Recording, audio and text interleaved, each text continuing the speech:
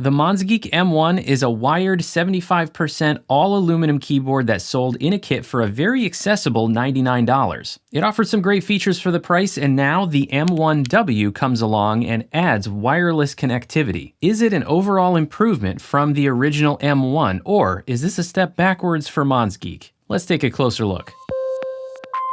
Before we dive in, I want to mention that Monsgeek sent me the M1W for the purpose of making this review. However, I was not paid to make this video, and all the opinions I share here will be my own.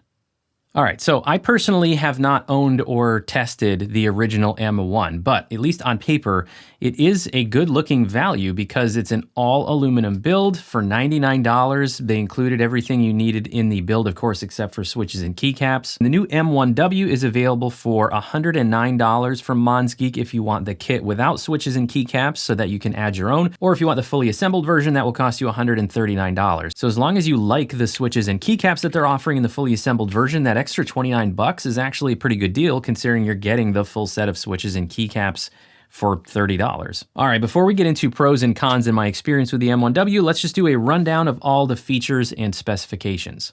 The Monsgeek M1W is a 75% ANSI layout with 82 keys and an encoder knob, and it's also available through Monsgeek's website in an ISO layout. Construction is all aluminum, and dimensions are 333mm by 146mm by 32.6mm, with a weight of 2,200 grams or 4.85 pounds. Connectivity includes 2.4 GHz, Bluetooth for up to 3 devices, and USB-C wired. There is a connection and OS switch underneath the caps lock key, and you can switch between wireless connections via key command when in wireless mode. Battery capacity is 6,000 mAh, and Monsgeek estimates that it will last up to 150 days with the backlighting off if used for 4 hours per day, so that could be up to 75 days if used 8 hours per day. The use time decreases to 8 days with the RGBs on. RGB lighting is south-facing with 20 preset modes and the ability to customize the lighting in software. Internals feature a gasket mount design, polycarbonate plate, pour-on plate foam, IXPE switch pad, removable case foam, and an insulation layer to protect the battery. Stabilizers are purple plate mounted, and an extra black set are also included. The PCB also has mounting points for screw-in stabilizers. Monsgeek also includes some optional modifications even with the fully assembled version, including Teflon pads for a force brake mod, a pre-sized sheet of tape for a tape mod, and extra pour-on case foam if you'd like to alter the sound profile.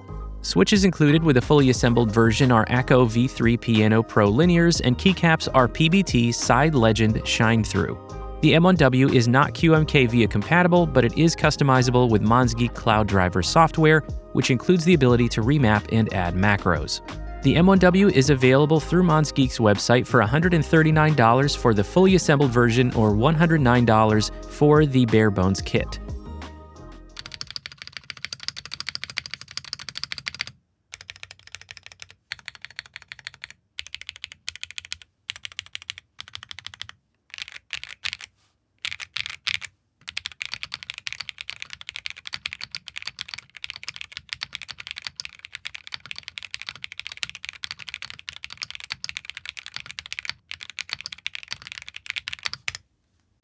All right, so now let's get into the pros and cons of the M1W that I have observed while I tested it for the last couple of weeks.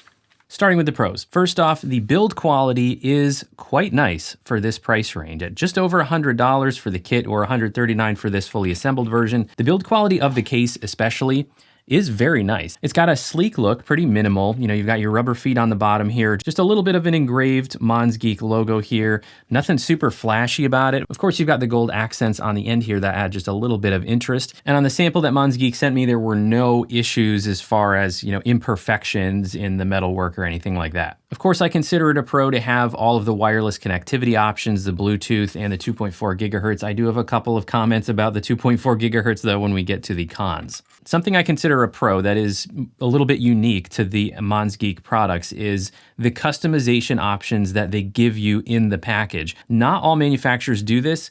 The Monsgeek line falls somewhere like in between buying a custom keyboard kit and buying a fully assembled keyboard. Now, of course, this one came fully assembled, but they still give you multiple options for doing your own modifications. They include a pre-cut sheet of tape to put on the PCB if you want to do the tape mod. They add little Teflon pads if you want to do a force break mod. And they also include multiple different layers of foam so you can add and remove and kind of tweak the sound to what you like. Now, another pro, I think these included piano black switches are pretty nice. They're pretty smooth. There's minimal wobble thanks to the stem structure being like a box style stem. They're pretty quiet. At the same time, they might be a touch light. These, I think the actuation force is 45. So they might be just a touch light.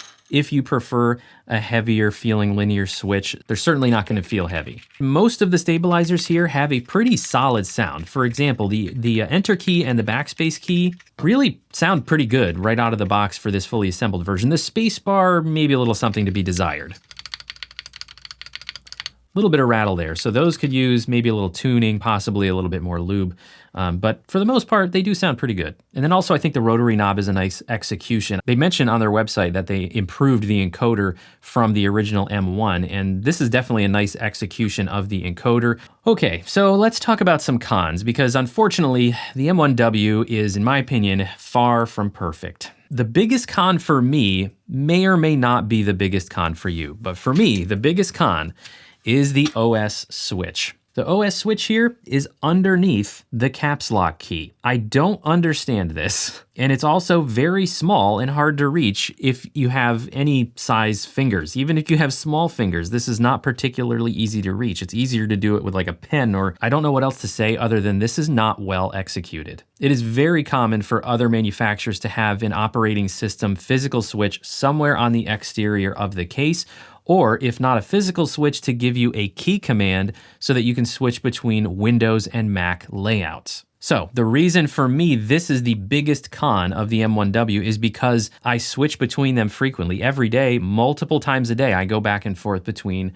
Windows and Mac. And having to remove the caps lock key to get to this hard to reach switch to go between Windows and Mac to change my modifier keys is just way too frustrating. Now this gets even more soul-crushing from here because the M1W is not QMK VIA compatible. The original M1 had an international version that if you get your hands on that one, it is QMK VIA compatible. Now on the Monsgeek website, I did not see an option for a version that is QMK VIA compatible with the M1W, so you're stuck with Monsgeek Cloud Driver. Now for general key remapping and adding a few macros, that's perfectly fine, but unfortunately that means you don't have the access to customize the way you toggle between layers or anything like that. It's not quite as advanced in that respect as VIA. For example, on my Odin R3 keyboard from KBD Fans that also doesn't have an OS physical switch, I just assigned one layer to be a Windows layer, one layer to be a Mac layer, and I have an individual key for each layer that I can toggle between no problem. I did play around with the Monsgeek Cloud Driver software and I could not figure out a way in software to get a key command that would switch between a Mac and a Windows layout without changing the position of this switch. If that is possible, if somebody's figured that out, let me know, because that would improve the user experience here. And the last frustrating thing about that is the Cloud Driver has this toggle switch when you first open it on the main screen. There is an automatic system identification toggle. The same thing is actually in EpoMaker's driver software. The difference with the EpoMaker is it actually worked. I tried that feature with the physical switch in all three positions and it never worked for me. So it just seems there is no way other than the physical switch to change that layout. Okay, I know that was a long rant about one con, but to me, this was totally avoidable. That could have easily been a physical switch or a key command. Next con is that the 2.4 gigahertz connection doesn't seem all that stable to me, at least not in this example that I received from Monsgeek. By the way, there's also nowhere to store the 2.4 gigahertz receiver on the case anywhere, so don't lose this. Now for me, while I was testing this, I had the 2.4 gigahertz receiver plugged directly into my MacBook, not into a dock, 53 inches away from the keyboard. I measured it. There was clear line of sight, no obstructions, and I had some issues with the 2.4 gigahertz connection. It would have a solid connection at first, and then after maybe 30 seconds, I would start getting missed key presses and considerable latency. So hopefully that's just a fluke with the example I received, but I did not have the best experience with the 2.4 gigahertz connection. One other small con here that I'm going to mention is specific to the fully assembled version. So this fully assembled version comes with these keycaps. First of all, side legends, they're just not for everybody. Not everybody loves the side legends. I do get why they did it though, because with shine through, side legends are gonna get a little bit better illumination because the RGB lighting, the LEDs are south facing. So with top legends, sometimes you don't get the greatest illumination with a south facing LED. All right, before we conclude, let's do one more sound test, now incorporating the modifications that they provide in the box.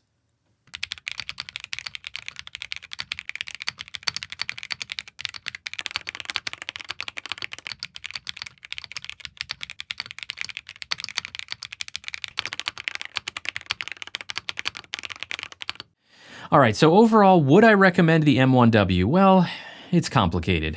It really does have a nice overall build quality, which you don't often find at this price point. However, a couple of those cons I mentioned, they would be deal breakers for me. So if the two biggest cons that I mentioned really would affect you, then I really can't recommend the M1W. However, if you're not particularly affected by those two downsides, if you plan on mainly using Bluetooth and the wired connection and not so much the 2.4 gigahertz connection, and you also just use one operating system all the time, if you're all Windows or all Mac and you're not really gonna have to mess around with that switch, then the rest of the cons I mentioned would probably fall more into personal preference type items, so that wouldn't necessarily rule out the M1W for you if those two issues don't really affect you. So let me know what you think down in the comments. Let me know if you have any questions about the M1W. Let me know if you got one for yourself and how you're liking it. If you did find the video helpful, do me a favor and hit that like button, and don't forget to subscribe to the Semi-Pro Tech and Gear channel. Thanks everybody.